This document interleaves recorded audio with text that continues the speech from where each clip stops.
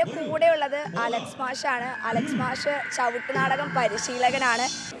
ആനന്ദ കടമുള്ളോനെ ആദി പരാപരനെ ആനന്ദ കടമുള്ളോനെ ആദി പരാപരനെ താം തയ താം താം തരികണ താം തരികണ താം തരികണ താം.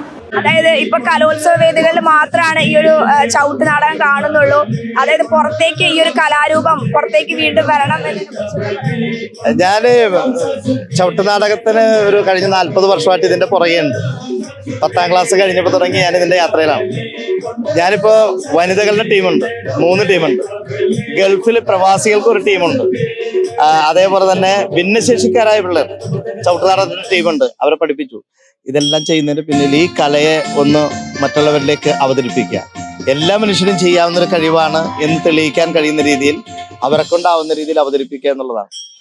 ഇന്ന് ഇതിന് വേണ്ട രീതിയിലുള്ള പ്രാധാന്യം കൊടുക്കാതിരിക്കുമ്പോൾ നമുക്ക് ഇങ്ങനെയുള്ള ചെറിയ ചെറിയ കാര്യങ്ങളിലൂടെ ജനങ്ങളിലേക്ക് ഇത്രയും മനോഹരമായ ദൃശ്യശ്രാവ്യമായ അലങ്കാരികമായിട്ടുള്ള രസകരമായ ഈ കലാരൂപത്തെ ഈ യുവജനോത്സവ വേദിയിൽ മാത്രം ഒതുങ്ങി പോകരുന്ന ആഗ്രഹവും പ്രതീക്ഷകളുമുണ്ട്. അതുകൊണ്ട് തന്നെയാണ് എൻ്റെ ട്രൂപ്പ് നല്ലൊരു നാടകം നടക്കുന്നുണ്ട്. ദേവസഹായമുള്ള നാടകം വിഷ്വലൈസേഷൻ ചെയ്തുകൊണ്ട് 1.5 മണിക്കൂർ നാടകം കളിക്കുന്നുണ്ട്. ഇപ്പോൾ അത് പല സ്ഥലങ്ങളിലും ഒത്തിരിയേറെ ബുക്കിംഗ് ഇപ്പോ ഈ നാടകത്തിനുണ്ട്. മാഷ് 2010 ഈ ഒരു ചവിട്ട് നാടകത്തിന്, അതായത് ഇതൊരു എല്ലാവരും ഏറ്റെടുക്കുന്ന ഒരു പ്രതിഷേധമൊക്കെ നടത്തിയിരുന്നു. എന്തായിരുന്നു ഇതെല്ലാം അറിയാമല്ലേ? ഞാൻ 2010 ചവിട്ട് നാടകം സ്കൂൾ യൂണിവേഴ്സിറ്റി വരണമെന്ന് വിചാരിച്ചപ്പോൾ എൻ്റെ മകൻ ഇപ്പൊ മുടിയൊക്കെ ഇട്ടിട്ടൊരു പയ്യനെ കണ്ടിരുന്നു. അവൻ 3ാം ക്ലാസ്സിൽ പഠിക്കുന്നു. അവനടക്കം 10 പേരെ കൊണ്ട് കോഴിക്കോട് അതിൻ്റെ വേദിക്ക് മുൻപിൽ പ്രതിഷേധ ചവിട്ടുനാടകം നടത്തിയാണ്. പിറ്റേ വർഷം പലരുടെയും അഭ്യർത്ഥന കൊണ്ടും നമ്മുടെ ഇടപെടൽ കൊണ്ടും അത് സർക്കാർ അംഗീകരിച്ചു. അപ്പോൾ പ്രതിഷേധിക്കുന്നതിന് കാരണം ഇത് ഇത്രയും പ്രധാനപ്പെട്ട കലാരൂപങ്ങൾ മാറ്റിവെക്കും. എത്രയോ കലാരൂപങ്ങൾ അറിയപ്പെടാൻ പോകുന്നു. പക്ഷെ അതിൻ്റെ ഇടയിൽ ഇത്രയും പരമ്പരാഗതമായ ഇതൊരു ക്രിസ്ത്യാനിയുടെ കഥ മാത്രമാണെന്ന് ഞാൻ പറയില്ല. എല്ലാവരുടെയും കലാരൂപമാണ്, എല്ലാവർക്കും ഉൾക്കൊള്ളാൻ കഴിയുന്നൊരു മനോഹരമായ കലാരൂപം. അതിനെ സ്കൂൾ യൂണിവേഴ്സിറ്റി മാറ്റിക്കഴിഞ്ഞാൽ പിന്നെ എവിടെ ഇത് അവതരിപ്പിക്കാനുള്ളത്? അതുകൊണ്ടാണ് ആ പ്രതിഷേധത്തിൽ ഞാൻ ഇടപെടാൻ കാരണം. മാഷെ ഇപ്പം വനിതാ ടീം ഉണ്ടെന്ന് പറഞ്ഞു. അപ്പൊ നമ്മള് പെൺകുട്ടികളാണ്, അവരെ പഠിപ്പിക്കാൻ എങ്ങനെയാണ്? ഭയങ്കര ബുദ്ധിമുട്ടാണോ അതോ കാലിന് നല്ല പോലെ മെയ്വഴക്കം വേണ്ട കളിയാണ്? പെൺകുട്ടികൾക്ക് വളരെ കൃത്യമായിട്ട് കഴിയുമെന്നുള്ളതിന്റെ തെളിവാണ് ഇവിടെ നടക്കുന്ന യുവജനോത്സവത്തിൽ. എനിക്ക് തോന്നുന്നു ഒരു 80% കുട്ടികളും പെൺകുട്ടികളാണ്. എന്തുകൊണ്ട്? കാരണം അവരെ നമ്മൾ മെയ്ക്കരുത്തോടെ ഒരുക്കി കൊണ്ടുവരിക. ആ മെയ്ക്കരുത്ത് ഇപ്പൊ അടുത്ത് വരാൻ പോകുന്നതിന്റെ കുട്ടി ഈ ആണ് കളിക്കുന്ന അതേ കളിക്കും. കാരണം നമുക്ക് വിചാരിച്ച് നടക്കും. അത് 2-3 കാര്യങ്ങളാണ്. ഒന്ന്, അവർക്ക് പല കാര്യത്തിൽ അവരുടെ ശാരീരികമായിട്ട് വളർച്ചയ്ക്കും ഗുണം ചെയ്യുന്നതാണ്.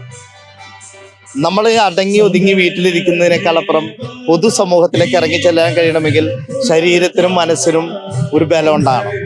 അതിന് ഏറ്റവും പ്രധാനപ്പെട്ടതാണ്. പണ്ട് നമ്മുടെ വീടുകളിൽ നിന്ന് ആളുകൾ വിടില്ല, പെൺകുട്ടികളെ പുറത്തേക്ക് പോകണ്ട. പക്ഷെ ഞാൻ പറയും, ശാരീരികമായി ഫിസിക്കലായിട്ട് തന്നെ ഈ കുട്ടികൾക്ക് അത് ഗുണം ചെയ്യും. 10 വർഷത്തിന് ശേഷം ഇപ്പൊ കളിച്ചാൽ അതിന് ഗുണം ഉണ്ടാവും. കാരണം നമ്മൾ ചെറിയ പണി പോലും എടുക്കുന്നില്ല. എല്ലാവരും പഠിപ്പിക്കുക, ഇതിനപ്പുറത്തില്ല. മറിച്ച് അവരെ ഒരു ചെറിയൊരു പണി പോലും എടുക്കാൻ നമ്മുടെ വീട്ടുകാരിപ്പോ തയ്യാറാകുന്നില്ല. അത് കുഴപ്പം കൊണ്ടല്ല, കാരണം അവർ ഈ പിള്ളേരുടെ പഠനത്തിന് താല്പര്യം കൊടുക്കുന്നത്. പക്ഷെ അവരുടെ ഫിസിക്കലായിട്ടുള്ള വളർച്ച നടക്കുന്നില്ല. അവിടെ ചവിട്ട് നാടകത്തിന് വളരെ പ്രസക്തിയുണ്ട്, കായികപരമായ വളർച്ചയുണ്ട്.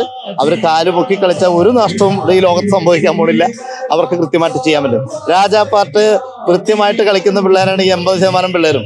അത് എൻ്റെ മാത്രമല്ല, പല ആശാന്മാരുടെ കീഴിലുള്ള എല്ലാ ആശാന്മാരും ഈ പെൺകുട്ടികളെ പഠിപ്പിക്കുന്നുണ്ട്. എളുപ്പമാണ്, സുഖമായിട്ട് പഠിപ്പിക്കാനും പറ്റും, ഒരു ടെൻഷനും ഇല്ല.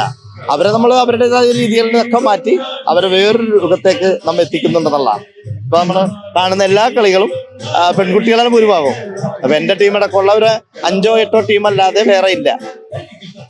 ഇതെങ്ങനെയാണ് ഈ ചവിട്ട് നാടകം എന്ന് പറയുമ്പോൾ ഭയങ്കര എക്സ്പെൻസീവ് ആണോ? നമ്മൾ സാധാരണ ഭരതനാട്യം, മോഹിനിയാട്ടം ഭയങ്കര എക്സ്പെൻസീവ് ആണ്. ഈ ചവിട്ട് നാടകം എങ്ങനെയാണ്? നല്ല എക്സ്പെൻസീവ് ആണ്. കാരണം വേഷവിധാനം തന്നെ 1, 2 ഇത് പഠിപ്പിച്ചെടുക്കണ്ടേ. എത്ര ദിവസത്തെ സമയമാണ് ചെലവഴിക്കുന്നത്. ഞാനൊരു മോട്ടിവേഷൻ ട്രെയിനറാണ്. എനിക്കൊരു ട്രെയിനർക്ക് കിട്ടുന്ന പൈസ പോലും എനിക്ക് ഇതിന് മേടിക്കാൻ പറ്റില്ല. പക്ഷെ എന്നാലും ഇതിന്റെ ട്രെയിനിങ് എന്ന നിലയിൽ പരിശീലനത്തിന് കുറേ സമയം നമ്മൾ ചെലവഴിക്കണം. പിന്നെ ഇതിന്റെ കോസ്റ്റ്യൂംസ് വളരെ വിലപിടിപ്പുള്ള സാധനങ്ങളാണ്. അത് കണ്ടറിയാല്ല, അത്തരം കാര്യങ്ങളല്ല. പിന്നെ റെക്കോർഡ് ചെയ്യണം. ഇപ്പൊ റെക്കോർഡിംഗ് ആണ്. നേരത്തെ പാടി അഭിനയിച്ചിരുന്നു, ഇപ്പൊ റെക്കോർഡിംഗ് ആണ്. അപ്പൊ അതിനൊരു സാമ്പത്തിക ടൈറ്റ് ഉണ്ടാക്കുന്നുണ്ട്. അതെല്ലാം കുറെ കാര്യങ്ങൾ ചെയ്യുന്നുണ്ട്. അപ്പോ മാഷിന്റെ ആഗ്രഹം പോലെ തന്നെ ഈ ചവിട്ട് നാടകം വീണ്ടും പ്രചാരത്തിലേക്ക് വരട്ടെ. കലോത്സവ നഗരിയിൽ നിന്നും team movie world media. Al Azhar Group of Institutions, Perumpalichira, Thodupuzha. നിങ്ങളുടെ ഡിസൈനർ ഹോം എന്ന സ്വപ്നം യാഥാർത്ഥ്യമാക്കുന്നു. Sand builders, designed by concepts.